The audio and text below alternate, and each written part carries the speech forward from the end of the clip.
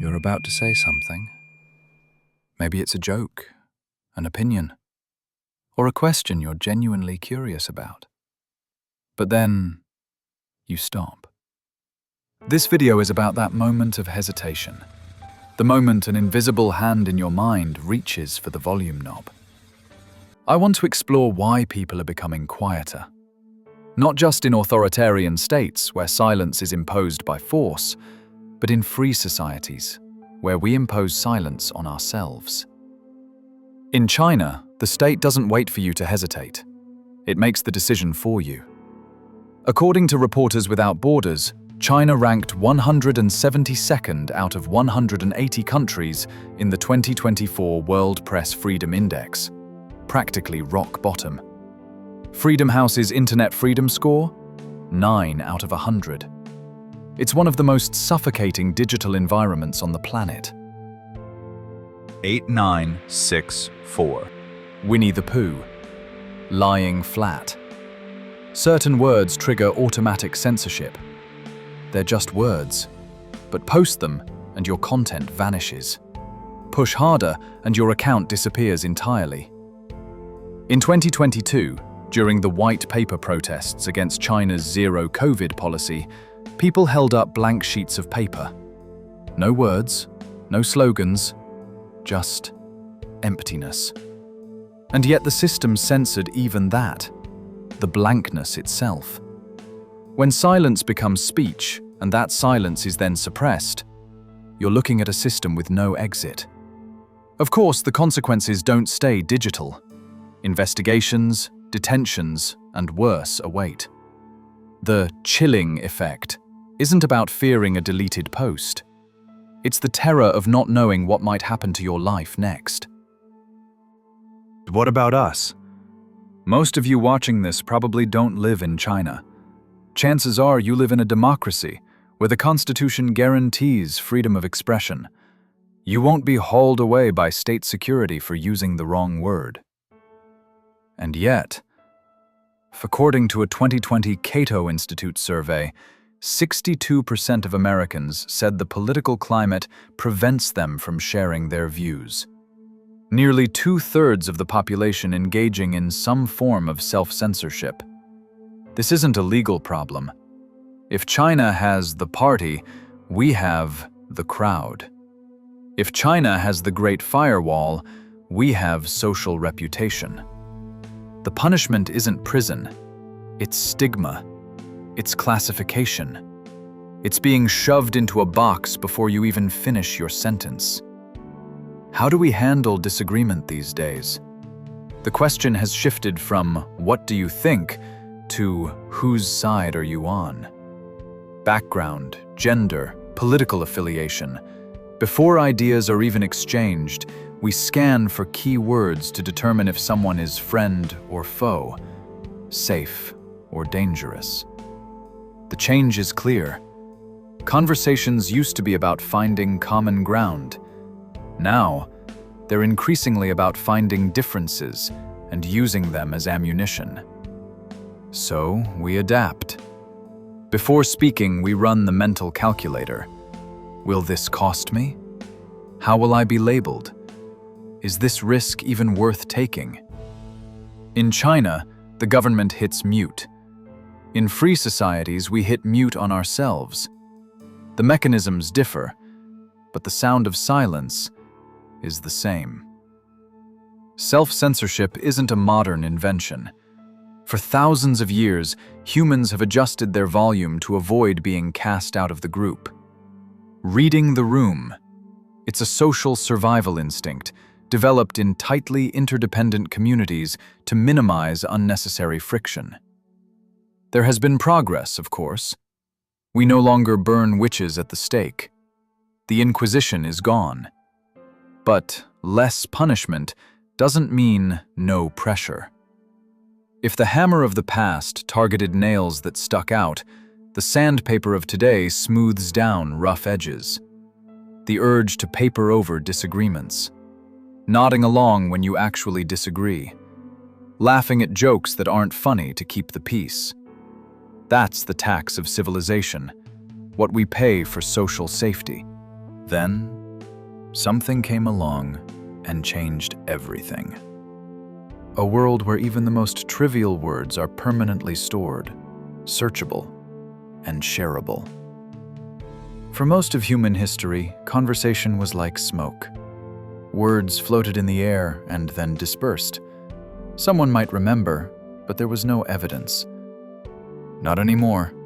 Texts, comments, private messages, everything becomes documentation. Screenshots, receipts. Something you said 10 years ago, when you were younger and dumber, gets ripped from context and presented as definitive proof of who this person really is. Technology has amplified the tools of expression like never before. From a small room, you can broadcast your thoughts to millions. But the same technology has taken something away. The right to be forgotten. The right to make mistakes. The grace period between who you were and who you are now. Here's the structural problem. When recording becomes the default, speech stops being experimentation and becomes evidence. You're no longer talking to a friend in front of you. You're simultaneously testifying to every potential future audience. And when you're on the witness stand, you instinctively choose your words like a defendant. A lie can travel halfway around the world while the truth is still putting on its shoes. This saying cuts to the heart of public discourse today. Labels are applied at the speed of light. Corrections crawl at the speed of bureaucracy. It takes 3 seconds to brand someone. Clearing up that misunderstanding, if it can even be cleared up, might take a lifetime. And most of the time, the truth never catches up to the label. This isn't a problem unique to one side. Every day we witness a kind of social execution, a complex, multidimensional human being reduced to a single damning word. Cancel culture has become too politicized a term. More precisely, this is about learning. Whether or not the target deserved legitimate criticism, the watching public learns something. That's what happens when you stand out. In a 2023 Pew Research survey, 55% of Americans said they believe people should be more careful about what they say to avoid offending others. In a system where who labels first matters more than truth, silence has become the most cost-effective shield. The best jokes and the deepest insights have always had sharp edges. That's what makes them funny or resonant. But when the margin for error approaches zero, the cost-benefit calculation flips. Why risk your career over a joke? So humor flattens. Conversation becomes not just safe, but sterile. On the surface, the world seems more polite. But look beneath, and we might be cutting away what makes us human just to eliminate the possibility of being misunderstood. There's something that silencing people doesn't accomplish: making their thoughts disappear. Grievances don't evaporate. They migrate to private group chats, encrypted messengers, anonymous forums. They retreat to spaces where people can say what they really want to say without the risk of exposure. Psychologist Timur Karan called this preference falsification. On the surface, people nod along and perform conformity. Underneath, they're cultivating an entirely different self. Public discourse becomes theater, divorced from private reality. What comes next is dangerous. Opinions that can no longer be expressed publicly don't vanish. They radicalize. They harden in sealed rooms, huddled among the like-minded, denied the chance to be challenged or refined. Not everyone who stays silent turns violent. But when healthy outlets are blocked, energy finds distorted paths.